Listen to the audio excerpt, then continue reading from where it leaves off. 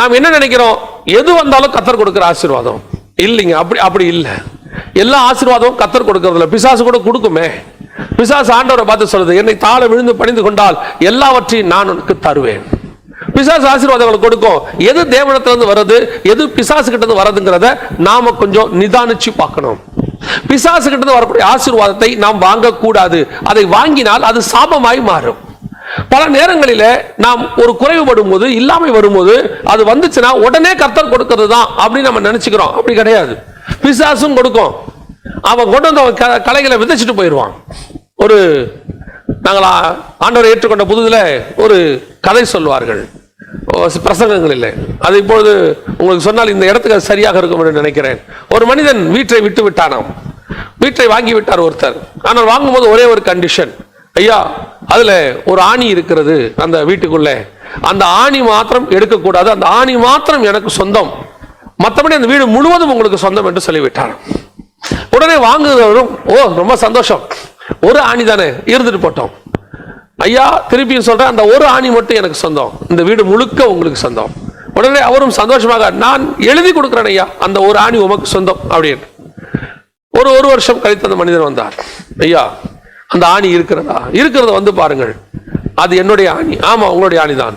அதுல நான் என்னுடைய ஒரு பையை நான் மாட்டி விட்டு போகிறேன், அது என்னுடைய பை. உடனடியாக அவர், சரி மாட்டிக்கொண்டு போங்கள். ஆனால் அவர் மாட்டி விட்டு போன பையில துர்நாற்றம் வீசக்கூடியதான பொருட்களை வைத்து விட்டு போய்விட்டார். ஆனால் சட்டப்படி அதை எடுக்கக்கூடாது. இவரை கூப்பிட்டு பார்த்தார், ஐயா இந்த பையை கொஞ்சம் எடுங்கள். எடுக்க முடியாது. கடைசியில் அந்த வீட்டை வந்த விலைக்கு, குறைந்த விலைக்கு அவர் கையிலே விட்டு போய்விட்டார். இது ஒரு ராஜ தந்திரம், பிசாசினுடைய தந்திரம். அவன் எல்லாவற்றையும் கொடுப்பது போல இருக்கும். நடுவில் ஒரு ஆணி இருக்கும், நடுவில் ஒரு சின்ன கலை இருக்கும். இப்பொழுது பார்வோன் கொடுக்கிற ஆசீர்வாதத்துக்கு நடுவில் ஒரு ஆகார் இருக்கிறாள். ஆகாரை கொண்டு வந்து கொடுத்து விட்டு போய்விட்டான். இந்த ஆசீர்வாதத்தை வாங்கி கொண்டு ஆபிரகாம் வந்து விட்டார். இப்பொழுது 15ஆம் அதிகாரத்தில் கர்த்தர் சொல்லுகிறார், உன்னை பெரிய ஜாதி ஆக்குவேன், உன் நட்சத்திரம் உன் சந்ததி வானத்து நட்சத்திரத்தை போல இருக்கும். இப்பொழுது சாராள் வழியாக ஆகார் கொடுக்கப்படுகிறாள். ஆபிரகாம் தேவனுடைய திட்டத்திலிருந்து வழி விலகுகிறார். இப்பொழுது ஆகாரோடு கூட இணைகிறார். ஆகார் மூலமாக ஒரு சந்ததி வருகிறது. ஆகாரின் சந்ததியை யோசித்து பாருங்கள். வேதம் சொல்லுகிறது, அவன் துஷ்ட மனுஷனாக இருப்பான். அவன் துஷ்ட மனுஷனாக இருப்பான்.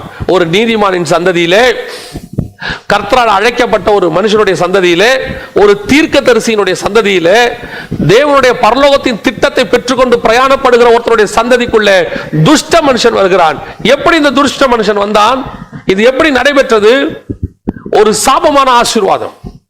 அந்த ஆசீர்வாதத்தை உடனடியாக அவர் திருப்பி தந்திருக்க வேண்டும். அதனுடைய விளைவு சாபமான ஆசீர்வாதம் வந்துருச்சு. இன்னைக்கு நிறைய பேருடைய வாழ்க்கையில அந்த சாபம் தான் இருக்கு. பெற்றோர் அல்லது யாருடைய காரியத்தையோ வழக்கு போட்டு வாங்கிறது, சண்டை போட்டு வாங்கிறது, அதை வாங்கி அதை கொண்டு வந்து வச்சுக்கிட்டு கடைசியில் முடிவை பாருங்க, அதுல ஒரு சாபம் இருக்கும். அந்த சாபம் கடைசி வரைக்கும் போகாது. எப்பவுமே நல்லா தெரிஞ்சுக்கொள்ளுங்க, கர்த்தர் கொடுக்கிற ஆசீர்வாதத்தில் வேதனை இருக்காது. அதுவே உலக பிரகாரமாக பெற்றுக்கொள்கிற ஆசீர்வாதத்தில், அதுவும் கர்த்தர் விரும்பாத ஆசீர்வாதத்தை பெற்றுக்கொள்ளும் போது அதுல ஒரு சாபம் இருக்கும். அந்த சாபம் கடைசி வரைக்கும் நிற்கும். அதான் ரொம்ப பிரச்சனை. இப்போ அநேகர் என்ன சொல்லுகிறார்கள், இதுல என்ன தப்பு இருக்கு?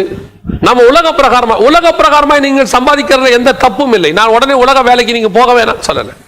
உலக வேலையில் கூட கர்த்தர் நியமித்த ஆசீர்வாதம் இருக்கு, அதுதான் நமக்கு வரணும்.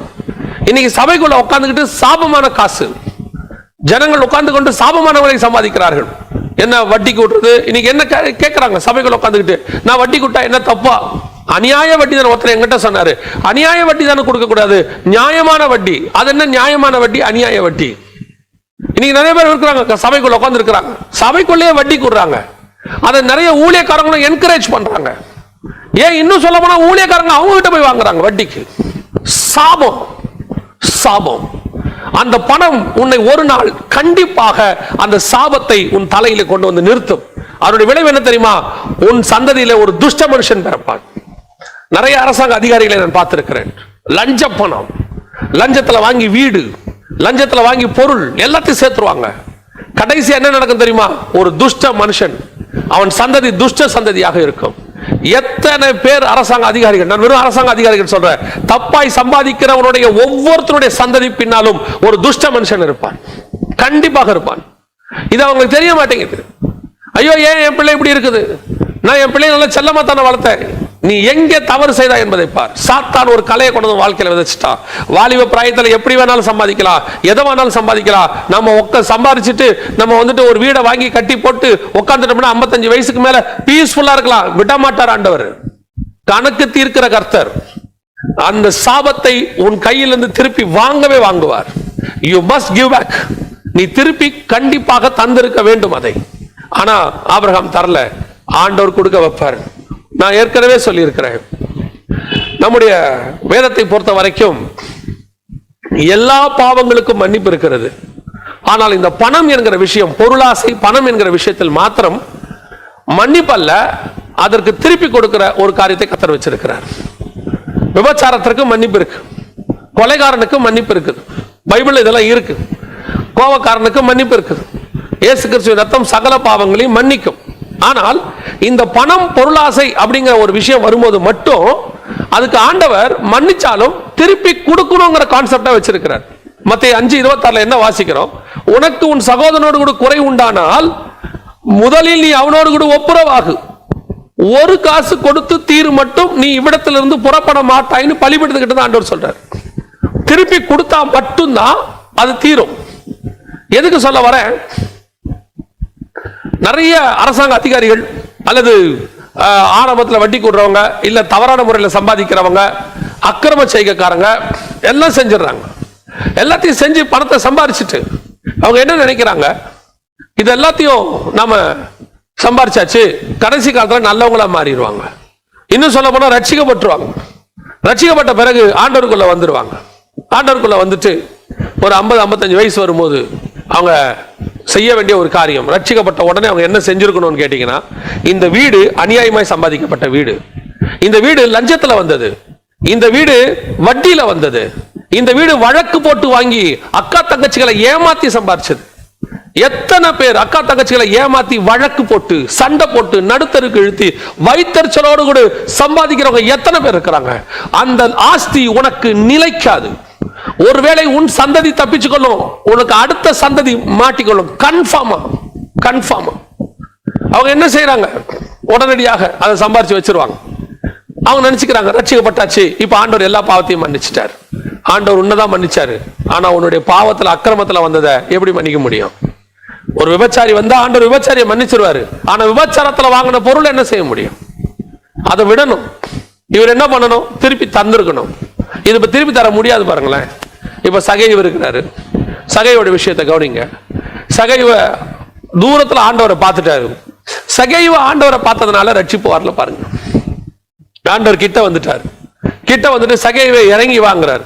இந்த வார்த்தையை கேட்ட உடனே சகைவுக்கு ரட்சிப்பு வரல. பாருங்க, இன்னும் சகைவு இறங்கிட்டார் கீழே இருந்து. சகைவு மரத்தை விட்டு இறங்கின உடனே ரட்சிப்பு வந்துச்சா? வரல. ரெண்டு பேரும் பேசிக்கிட்டே வராங்க. சகைவு வீட்டு வரைக்கும் வராங்க. இயேசு கூடவே நடக்கிறார். சகைவு இயேசு கூடவே நடக்கிறார். அதனால அவருக்கு ரட்சிப்பு வந்துச்சா? வரல. எப்ப போய் சகைவுக்கு ரட்சிப்பு வந்துச்சு பாருங்க. ஒரு வார்த்தையை சொல்றாரு.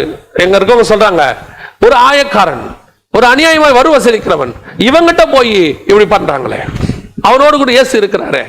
உடனடியாக சகைவு சொல்கிறார், அநியாயமா யாரிடத்துல வாங்கி இருப்பேனால் நாளத்தனை என்ன திருப்பி தருகிறேன்னு சொன்ன உடனே இயேசு சொல்றாரு, இப்பொழுது இந்த வீட்டுக்கு ரட்சிப்பு வந்தது. அந்த பணத்தை திருப்பி கொடுக்கிறேன்னு சொன்னா தான் அந்த வீட்டுக்கு ரட்சிப்பு. அந்த ஒரு வெள்ளிக்காசையும் நீ திருப்பி கொடு, ஒரு பணத்தையும் திருப்பி கொடுத்தாதான் உனக்கு மீட். கொடுக்க வேண்டிய காசை நீ கொடுக்கணும்.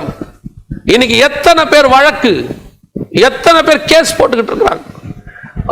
வாங்கினது அநியாயம் தெரியும், வாங்கின காசை திருப்பி கொடுக்கறது இல்லை, வாங்கின காசை ஏமாத்துறது. நினைச்சுக்காத சட்டப்படி ஜெயிச்சிட்டோம். நிறைய பேர் நினைச்சுக்கிறாங்க ஆஸ்பர்லாம் நம்ம ஜெயிச்சிட்டோம், இனி நம்மள ஒண்ணு யாரும் ஒண்ணும் பண்ண முடியாது, கேஸ் போட்டு வாங்கிட்டோம். பார்த்துக்கிட்டு இருக்கிறார் கர்த்தர், கணக்கு தீர்க்கிற கர்த்தர். வச்சு ஒரு ஆண்டு ஒரு இடத்துல ஆண்டவர் வச்சு கரெக்டா ஒரு கணக்கை தீர்ப்பார், நிதானமாக தீர்ப்பார். எப்ப தீர்ப்பார் தெரியுமா?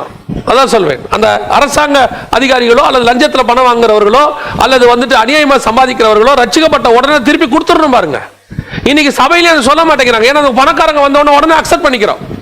அந்த பணக்காரங்க எப்படி பணக்காரங்க நமக்கு தெரியாது பாருங்களேன். என்ன நடக்குது? ஒரு 10 வருஷம் அப்படியே வந்துட்டே இருப்பாங்க. திடீர்னு ஒரு நாள் கிட்னி ஃபெயிலியர் ஆகும். திடீர்னு ஒரு நாள் மொத்தம் அப்படியே ஒண்ணு அடி வாங்கும். ஊழியக்காரங்க என்ன நினைக்கிறாங்க? நல்ல மனுஷன், நல்ல சகோதரன், ஏன் இவருக்கு இப்படி நடக்குது? ஏன் இந்த சகோதரிக்கு இப்படி நடக்குது? ஏன் இப்படி வராங்க? கிட்னி ஃபெயிலியர் ஆறவங்களுக்குலாம் இதான் காரணம்னு நினைச்சிடாதீங்க. உடனே நம்ம கிட்னி ஃபெயிலியர் ஆனவங்களுக்குலாம் ஏதோ காசு தான் ப்ராப்ளம், அப்படி இல்லை. உன்னை ஒரு உதாரணத்துக்கு சொல்றேன். ஏதோ ஒரு இடத்துல கர்த்தர் கை வைப்பார், உன்னுடைய காசை திருப்பி கொடுக்க வைப்பார். இல்லாத பட்சத்தில் இதைத்தான் செய்வார். ஏன் தெரியுமா? நீதியை சரி கட்டணும் ஆண்டவர். நீதியை சரி கட்டணும். ஆண்டவருக்கு உங்க சரீரத்தை விட உங்கள் ஆத்மா ரொம்ப முக்கியம். சரீரத்தை வாதித்தாவது உன் ஆத்மாவை காப்பாற்ற கர்த்தர் விரும்புகிறார். இன்னைக்கு ஏமாற்றி வாங்கினவர்கள் நல்லா வாழ்ந்தா சரித்திரமே இல்லைங்க. சாபமான காசு. எனக்கு ஒருத்தரை தெரியும், தன்னுடைய அக்கா தங்கச்சி எல்லாரையும் ஏமாற்றி ஒருத்தருக்கு ஒரு சொத்தையும் கொடுக்காம கேஸ் போட்டு எல்லாத்தையும் வாங்கிக்கிட்டாங்க. போதாத குறைச்சலுக்கு தன்னுடைய கணவனுடைய அக்கா தங்கச்சிகள் அவங்களுடைய சொத்தையும் ஏமாத்தி அவங்கள கேஸ் போட்டு மிரட்டி வாங்கிட்டாங்க. இப்ப ஏறக்குறைய 10 பேருடைய சொத்து அவங்க கையில் இருந்துச்சு. நான் நேரடியாக பார்த்தவன். 10 பேருடைய சொத்து கையில் இருந்துச்சு. அவங்களுக்கு ஒரே ஒரு பிள்ளை. அந்த பிள்ளையும் அவர்களோடு கூட இல்லை. அதுவும் வெளிநாட்டில் இருந்துச்சு. நடந்தது என்ன? அவ்வளவு சொத்து இருந்துச்சு. அந்த சந்ததி சாபத்தின் சந்ததி. இன்னைக்கு அது வழியாக ஒரு பிரயோஜனமும் இல்லை. எல்லா அக்கா தங்கச்சி ஏமாத்தி சம்பாரிச்ச காசு அந்த சந்ததியில் வந்த அந்த ஒரு பிள்ளைக்கும் நிம்மதி கிடையாது. அதனுடைய பிள்ளைகளுக்கு நல்ல வாழ்க்கை அமையல. சாபம். திருப்பி கொடுத்துருங்க, அதான் நல்லது. நீ எதை எடுத்தியோ அதை கொண்டு போய் திருப்பி கொடுத்துருங்க அவங்க கிட்ட, அதுதான் நல்லது. இல்லைன்னா அந்த சாபம் எங்க வரைக்கும் வரும் தெரியுங்களா? அதுதான் ரொம்ப கஷ்டங்க. அந்த சாபம் எங்க வரைக்கும் வரும் வாசிச்சு பாருங்க. ஆதியாகமத்தின் புஸ்தகம் 25ஆம் அதிகாரம்.